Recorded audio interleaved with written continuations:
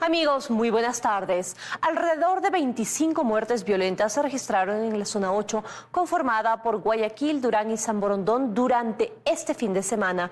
En uno de estos casos, 6 personas fueron asesinadas dentro de una vivienda. Nos enlazamos con Valery Villalba por los detalles. Valery, muy buenas tardes. Adelante. Sí, ¿qué tal? Buenas tardes. Efectivamente, fue un fin de semana violento en la zona 8 que comprende a Guayaquil, Durán y San Borondón. Fueron alrededor de 25 asesinatos los que se registraron entre sábado y domingo, siendo la zona del sur de la ciudad la zona más conflictiva y en donde se registraron la mayor cantidad de hechos violentos. Hasta la fecha, hasta este mes de julio del 2023, ya van cerca de 1.350 las muertes violentas en esa zona 8. Les tenemos a continuación el siguiente reportaje. Un fin de semana violento en la zona 8 que comprende a Guayaquil, Durán y San Borondón. 6 personas fueron acribilladas dentro de una vivienda ubicada en la Florida, al norte de Guayaquil. Sujetos ingresaron al inmueble y dispararon contra los miembros de una misma familia. Por gusto se metieron aquí, Dios mío, puede haber una masacre. Mientras que en la cooperativa Siete Lagos, al sur, durante un velorio en esta zona se registró una balacera en donde estuvieron involucrados sujetos que llegaron con fusiles, dejando heridas a 13 personas. 2 de ellas fallecieron llegando a una casa de salud, mientras que las demás se recuperan. Entre ellas se encuentran 2 menores de edad como víctimas colaterales.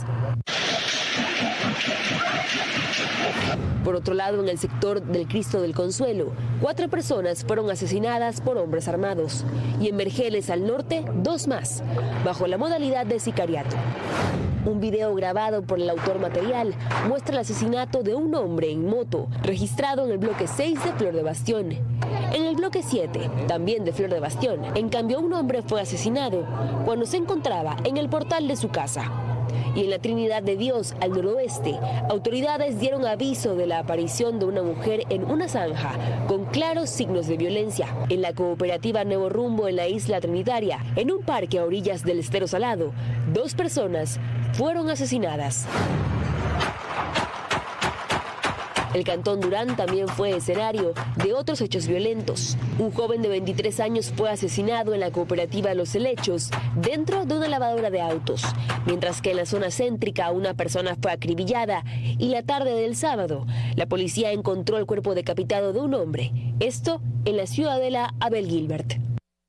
Hay el resumen de muertes violentas de este fin de semana en la zona 8. Y hablando justamente de este punto que abarca Guayaquil, Durán y San Borondón, como repetíamos, para el 2022 se cerró con una cifra de 1.450 muertes violentas. A la fecha nos damos cuenta que esa cifra ya está próxima a llegar y es un número bastante importante. Así que es lo que podemos mencionar a esta hora de la tarde. Hay más en estudios. Buen día. Gracias, Valery. Y 4 reos de la cárcel El Rodeo en Puerto Viejo fueron hallados muertos. 2 de ellos habían sido detenidos por lanzar una granada en los exteriores de un complejo judicial. En dicha unidad las actividades se realizan con normalidad. El contacto es con Lourdes Guadamud. Ella viajó a la provincia de Manabí para ampliarnos esta información. Lourdes, buenas tardes. ¿Qué tal, amigos? Buenas tardes. Justamente este equipo se ha trasladado hasta la ciudad de Puerto Viejo para actualizarles la información en torno a este atentado con explosivo que se registró en el complejo judicial aquí de la ciudad de Puerto Viejo el viernes pasado. Ahora me encuentro en la unidad médica Verdi Ceballos del Ministerio de Salud Pública, hasta donde fue trasladada una de las víctimas. Se trata de una adolescente de 14 años. Antes de iniciar esta transmisión hablamos con un representante de la niña que nos ha referido que la adolescente se recupera de manera satisfactoria. También contarles que las actividades en la dependencia judicial se realizan con total normalidad, incluso sus funcionarios han decidido acudir a sus labores de trabajo de manera presencial. Aquí un reportaje.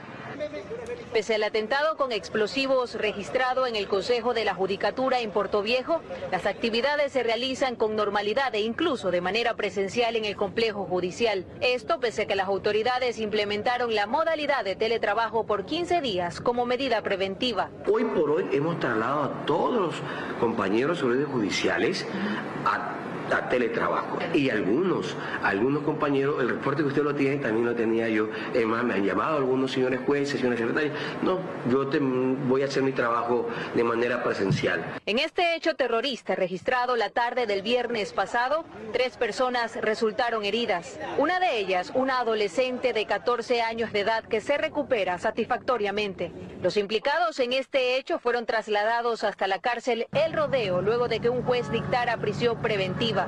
24 horas más tarde, los procesados fueron hallados sin vida junto a otras 2 personas con indicios de ahorcamiento. Estos fueron identificados como Ángel Macía Vélez y Jorge Argüello Medrano, procesados por el delito de terrorismo. Asimismo, Daniel Perrero y Yalenber Chiquito, quienes el mismo día del atentado fueron condenados a 38 años de cárcel por el delito de asesinato. Y aparte del código, estamos articulando con el señor gobernador de la provincia de Manabí, al cual le vamos a entregar el nombre de todas las personas que han sufrido atentados y más que atentados también ya como delito, algunos operadores de justicia han sufrido directamente, lamentablemente han sido heridos. ¿Verdad? Que no se ha consumado el asesinato, pero han sido heridos. Y efectivamente lo que ellos piden, pero por favor ayúdenos para que tengamos un poco más de seguridad contando con elementos del orden. Esto según el director provincial del Consejo de la Judicatura ante los constantes ataques contra los operadores de justicia a nivel nacional.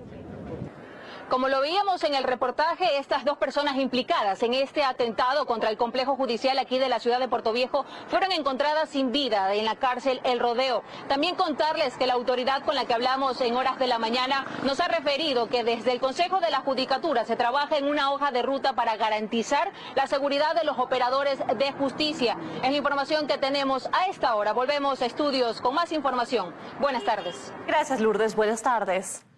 Desde febrero de este año, el Comando Conjunto de las Fuerzas Armadas implementó la primera fase de las operaciones para neutralizar los enfrentamientos entre grupos irregulares armados por el tráfico de drogas en la frontera norte.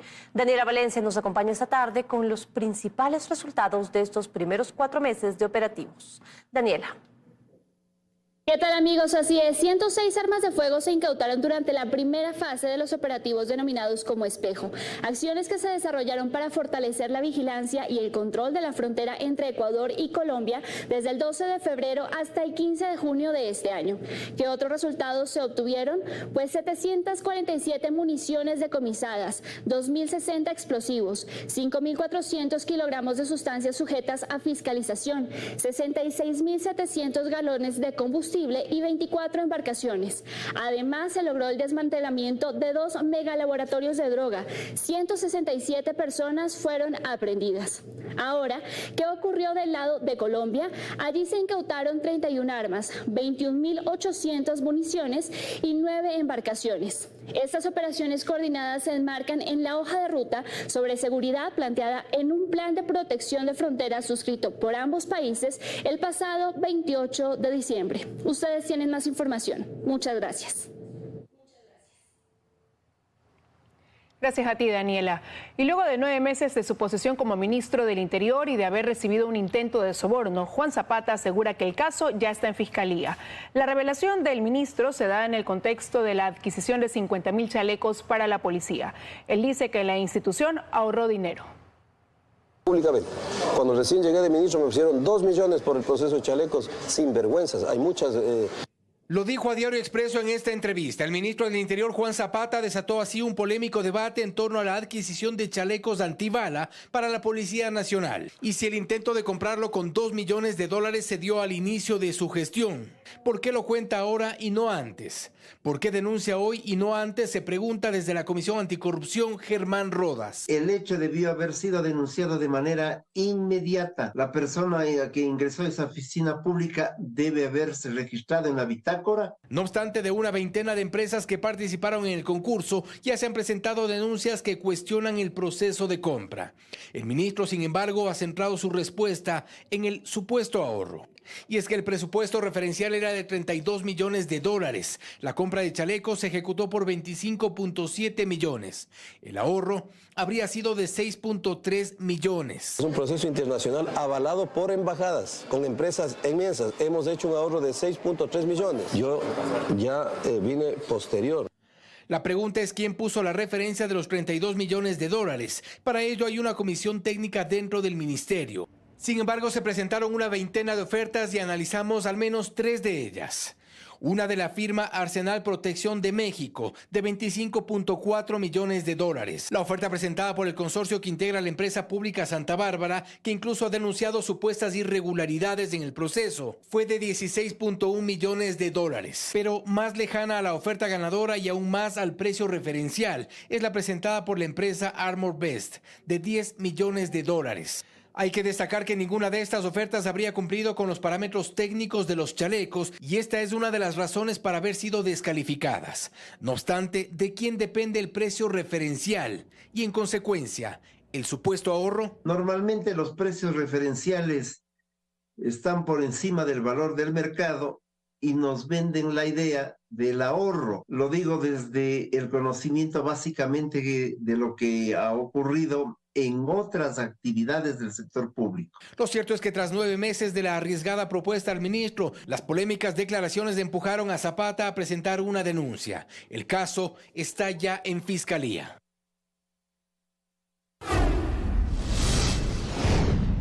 Un socavón destruyó la vía Salima-Chamanga en el cantón Muisne, en la provincia de Esmeraldas. Las fuertes lluvias registradas la noche del 9 de julio destruyeron esta vía que conecta las provincias de Esmeraldas y Manabí.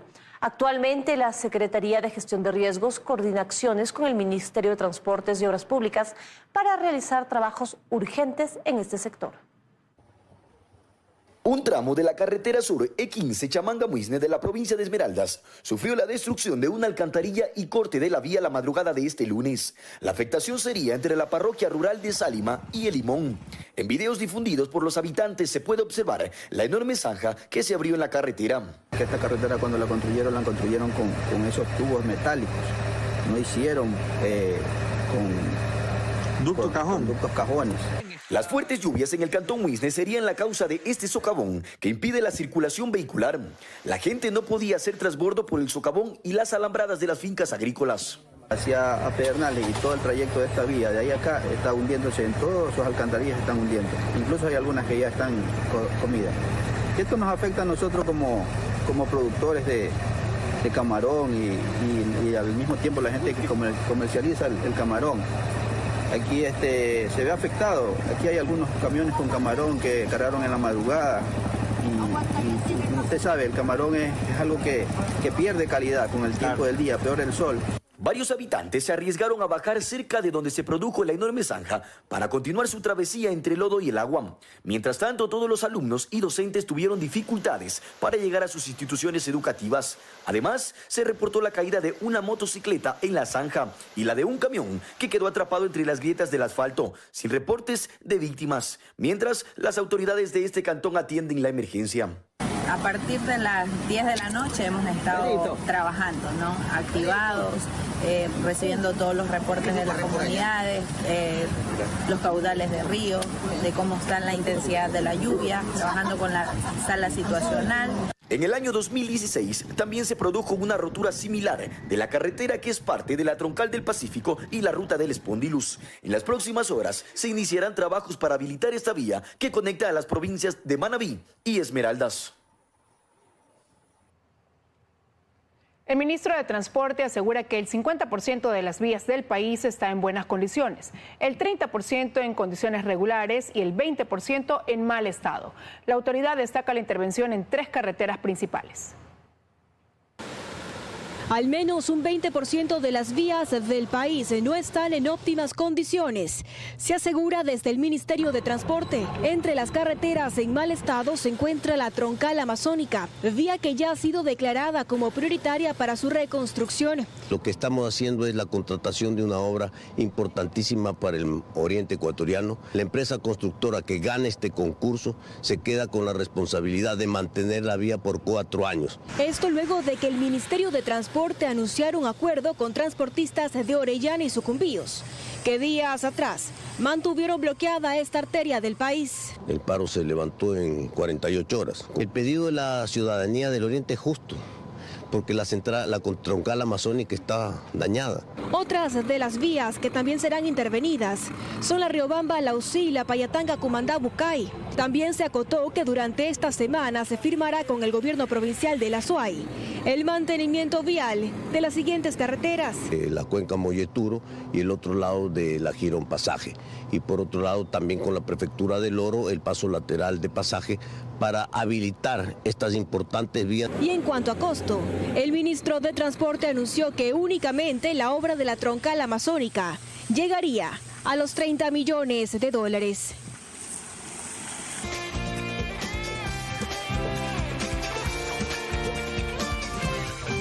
Seguimos con más noticias. El nuevo proyecto de ley enviado por el Ejecutivo a la Corte Constitucional busca proteger a las empresas que tienen problemas de liquidez para que encuentren soluciones y no quiebren.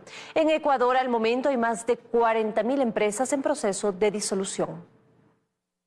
Desde Carondelet salió un nuevo proyecto urgente en materia económica que deberá tramitar la Corte Constitucional a falta de legislativo. Esteban Ortiz, abogado experto en asuntos corporativos y exintendente de compañías, explica por qué la ley es una oportunidad para las empresas. Es una ley de quiebras que intenta proteger a las compañías, es darles un tanque de oxígeno a las compañías para que puedan tener mecanismos para poder salir adelante. Según el abogado corporativo Juan Francisco Román, esta ley permitirá que existan otras opciones a la quiebra. La reestructuración, dice, permite un respiro. La reestructuración de el andamiaje de tu compañía. Tú unes a todas las personas a las que les debes y puedes hacer ahorita con este planteamiento de la ley planes de pago. En 136 páginas, el decreto ley de reestructuración empresarial, según los abogados, es una normativa urgente y necesaria, cuando es normal que el invertir en ocasiones a los negocios les vaya mal. Con la pandemia ya vivimos una época de crisis donde las compañías atravesaron problemas. Ahora viene un fenómeno del niño. Las empresas quiebran hoy. Establece estos mecanismos para que después, mediante acuerdos, se pueda llegar a definir ya otros plazos, otros pagos. Que te permitan seguir vendiendo, que pongas formas de pago a los trabajadores, formas de pago a estos tipos de acreedores que tendrían las empresas. Actualmente, según Ortiz, más de 40.000 compañías están en proceso de disolución. Muchas de estas pudieron salvarse si esta ley hubiese estado en vigencia. Por eso, explican, se cumplen también los principios que debe revisar la Corte Constitucional. Y no solo es urgente, es urgentísima, es urgentísima. Las compañías, las empresas cierran hoy, no esperan. Usted tiene que pagar la nómina. La urgencia, desde mi punto de vista, entra justamente con los indicadores económicos y financieros que tiene el país respecto a empleo, que tiene una afectación directa también con el tema de migraciones y también con el tema de pobreza. La aplicación sería inmediata, pues ya la Superintendencia de Compañías tiene competencia y la ley establece mecanismos y procedimientos. Está ahora en el terreno de la justicia constitucional. Las reformas al Fondo de Pensiones del IES que planteó la comisión formada por el gobierno están lejos de convertirse en realidad, pues para que entren en vigencia necesitarían pasar por la Asamblea Nacional. Expertos creen que el nuevo gobierno deberá poner como prioridad este tema.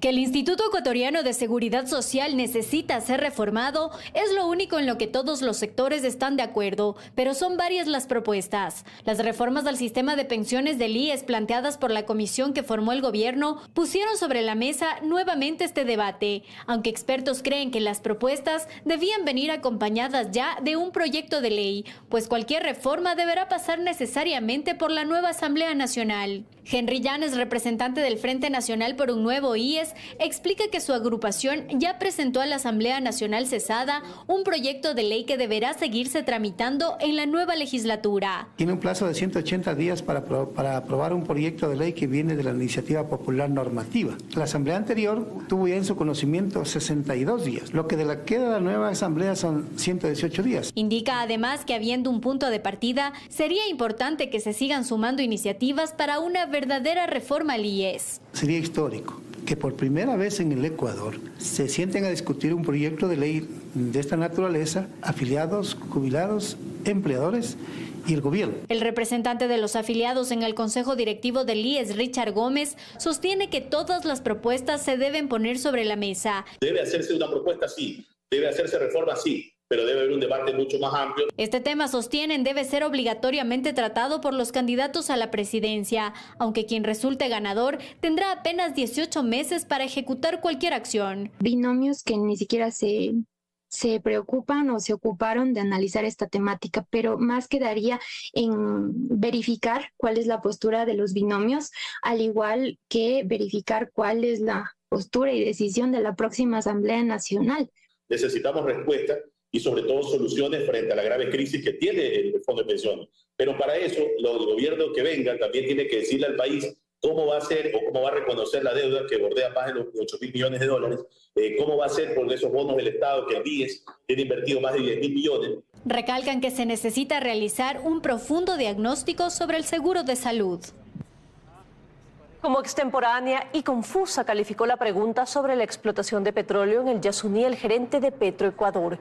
El titular de la petrolera estatal recordó que si gana el sí, el impacto de la decisión se sentiría durante al menos 20 años.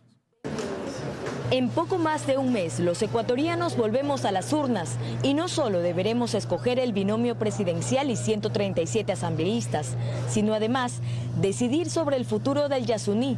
Por lo que en la consulta popular se preguntará, ¿está usted de acuerdo en que el gobierno ecuatoriano mantenga el crudo del Yasuní, conocido como Bloque 43, indefinidamente en el subsuelo? Para el gerente de Petroecuador, Ramón Correa, esta pregunta llega 10 años tarde, con una realidad completa y productivamente diferente a cuando se planteó. El debate es, tenemos un campo sano, con 1.200 barriles, con 1.200 millones al año, donde se han gastado ya 2.000 millones, ¿sí? Y donde hay generación de empleo para muchísimos ecuatorianos. Dice no poder hacer campaña por el no, pero muestra cifras.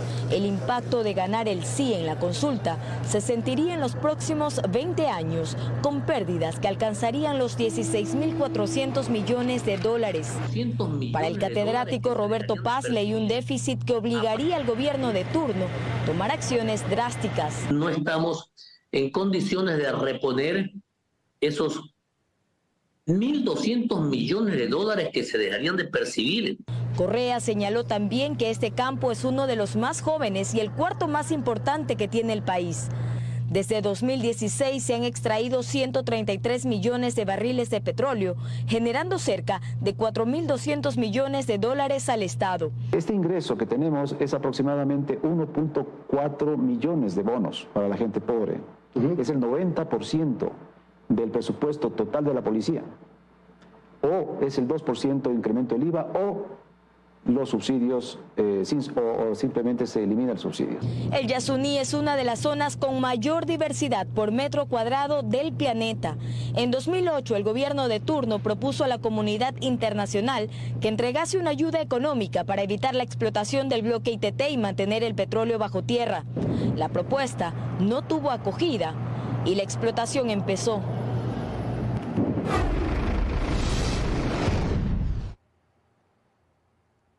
Aunque oficialmente no arranca la campaña electoral, los candidatos recorren el país buscando votos. Las autoridades electorales señalan que hacen seguimiento.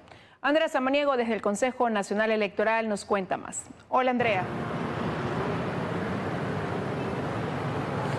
Gracias, ¿cómo están? Muy buenas tardes. Así es, principalmente son los binomios presidenciales quienes ya se encuentran realizando campaña, pues han hecho mítines, han hecho recorridos, también algunas cicleadas, esto en diferentes ciudades del país. ¿Y cómo se conoce de esto? Pues bueno, porque es contenido que básicamente lo comparten a través de redes sociales que, está bien mencionarlos, pues no tienen un control electoral como tal. Se da esto nada más a 29 días de que empiece formalmente la campaña electoral. Les contamos más en el siguiente video, veamos. Disfrutan bailando en la tarima o bailan en las plazas y parques del país. Otros prefieren hacer caminatas y abrazarse con la gente. ¿A dónde tiene que llegar? A esa madre soy. Hacen grandes concentraciones y pasan por limpias ancestrales. O prefieren incluso usar la bicicleta para visitar a la gente y pedir el apoyo. Son algunos de los candidatos a la presidencia de la República que, pese a que oficialmente no ha arrancado la campaña, ellos ya están promocionándose. Faltan 29 días para que lo puedan hacer de forma oficial Y es que este proceso no puede adelantarse, según Diana Atamaín, porque hay 3 condiciones que deben cumplirse. La primera es que efectivamente ya se concluya con la calificación de los binomios presidenciales. La segunda condición es de que cerremos el proceso de calificación de medios para que se pueda pautar. La otra condición que necesitamos, los fondos de promoción electoral que ya estén disponibles. Sin embargo, en este periodo de pre-campaña, muchos candidatos ya buscan el respaldo ciudadano y eso ya se siente. Se ve así caravanas que pasan, pero no se les identifica bien de qué listas son. Más es en redes sociales. El celular, por lo general, que casi siempre uno está utilizándolo para el trabajo y a veces alguna red social, pues te sale. Y es que las redes sociales han sido las aliadas en estos procesos electorales. Allí no se puede controlar lo que hacen los candidatos. Esta presencia de los candidatos que está siendo registrada en las redes sociales nos lleva a colegir y a darnos cuenta de la campaña anticipada que está clarísimo. Estamos viendo es que están pidiendo el voto. La Corporación Participación Ciudadana se encuentra haciendo este monitoreo mediante las redes sociales y también se ha topado con el posible uso de recursos públicos. Muchos alcaldes están saliendo acompañando a los candidatos a la asamblea de las diferentes tiendas políticas de las cuales representan, lo cual de alguna manera genera un nivel de inequidad. Ahora también se espera el control por parte del Consejo Nacional Electoral a esta campaña anticipada, pues oficialmente arranca en poco menos de un mes. Y bien, según el calendario electoral aprobado por el Pleno del Consejo Nacional Electoral, el proceso de campaña electoral inicia del 8 al 17 de agosto. Esta es la información a esta hora. Ustedes tienen más noticias. Muy buenas tardes. Muy buenas tardes, Andrea. Muchísimas gracias. Mientras que en la provincia del Guayas, al momento hay 11 movimientos políticos calificados, 215 candidatos inscritos y no se registran impugnaciones. El contacto es con Bernarda Ceballos, quien está en la Delegación Provincial Electoral de Guayas. Bernarda, adelante, buenas tardes. Amigos, ¿qué tal? Muy buenas tardes. Así es, nosotros ya nos encontramos a esta hora del día en los exteriores del Consejo Nacional Electoral únicamente para ratificarles la siguiente información. En Guayas al menos ya hay 11 movimientos políticos calificados, 215 candidatos inscritos en la provincia y hasta el momento pues no hay impugnaciones. Así lo han dado a conocer las autoridades de este organismo electoral provincial. Escuchemos. Lo que tenemos es que continuar con los procesos de notificación que ya se están realizando a todas aquellas personas que van a integrar las juntas receptoras del voto.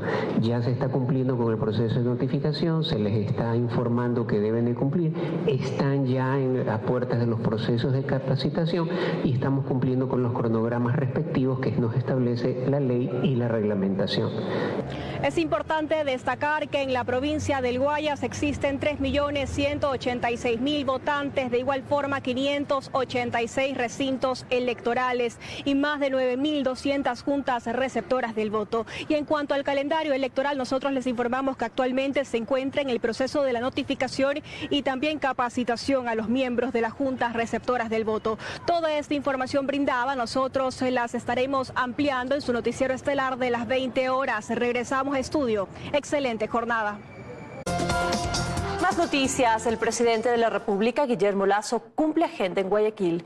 El primer mandatario participó en la presentación del censo penitenciario en donde firmó un indulto para 130 mujeres que se encuentran en diferentes cárceles del país que viven en situación de vulnerabilidad. En este grupo hay mujeres con enfermedades catastróficas, terminales, raras y que no han cometido delitos graves. Algunas de ellas se encuentran cumpliendo su condena con sus hijos menores de edad. Esta medida se tomará también con los hombres encarcelados, después de analizar los casos individuales. Conceder el indulto presidencial, que consiste en el perdón de la pena impuesta a favor de las mujeres privadas de la libertad que a la fecha de la expedición de este decreto ejecutivo reunían los requisitos establecidos en el presente instrumento. Este decreto ejecutivo entrará en vigencia a partir de la fecha de su suscripción sin perjuicio de su publicación en el registro oficial. He decidido indultar a un grupo de 130 mujeres con enfermedades catastróficas, terminales o raras, que viven con sus hijos en los centros carcelarios o que han cometido errores menores que no afectan la vida de las personas ni han herido a nadie. Vamos a reinsertarlas en la sociedad a fin de que tengan una segunda oportunidad.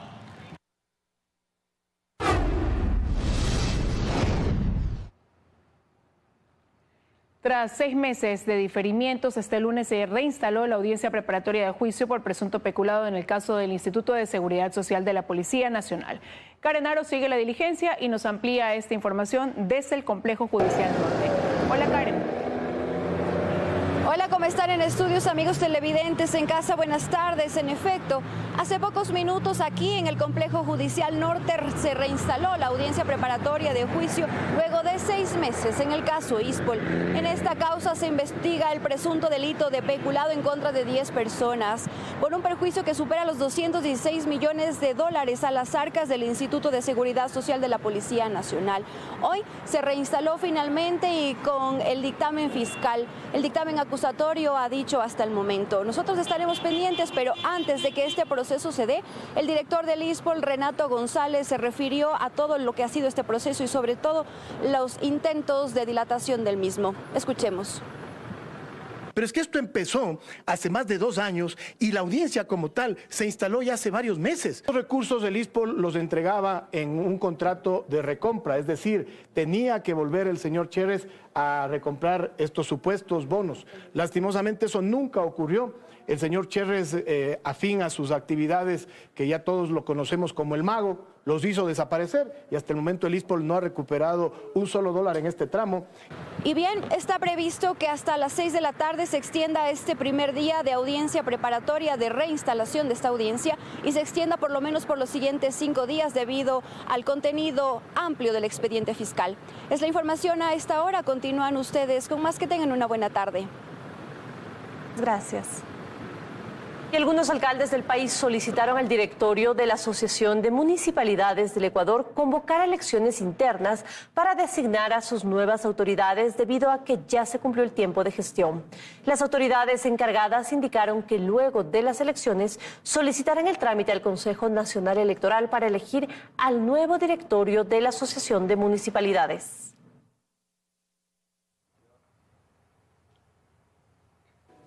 En nuestro segmento de Economía para Todos, revisemos las cifras del consumo de gasolinas Extra y Eco.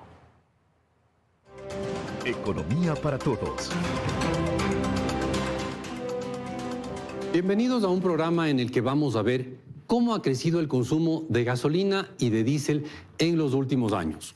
Porque en los 12 meses que van desde mayo 2018 hasta abril 19, en el Ecuador se vendieron en promedio 94 millones de galones mensuales de gasolinas Extra y Ecopaís.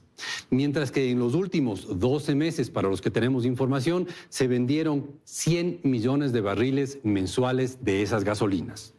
Mientras tanto, entre el 2018 y 2019 se vendieron 116 millones de galones de diésel, pero en los últimos 12 meses, con una economía básicamente del mismo tamaño de la que teníamos antes de las paralizaciones y las cuarentenas, se vendieron 130 millones de galones. Es interesante que el consumo de diésel haya crecido en un 12%, a pesar de que la economía es del mismo tamaño. Sería bueno saber a dónde se van esos millones de galones adicionales, sobre todo recordando que todos y cada uno de estos 130 millones de galones de consumo mensual y los 100 millones de galones de gasolina, toditos están altamente subsidiados. Muchas gracias. Economía para Todos.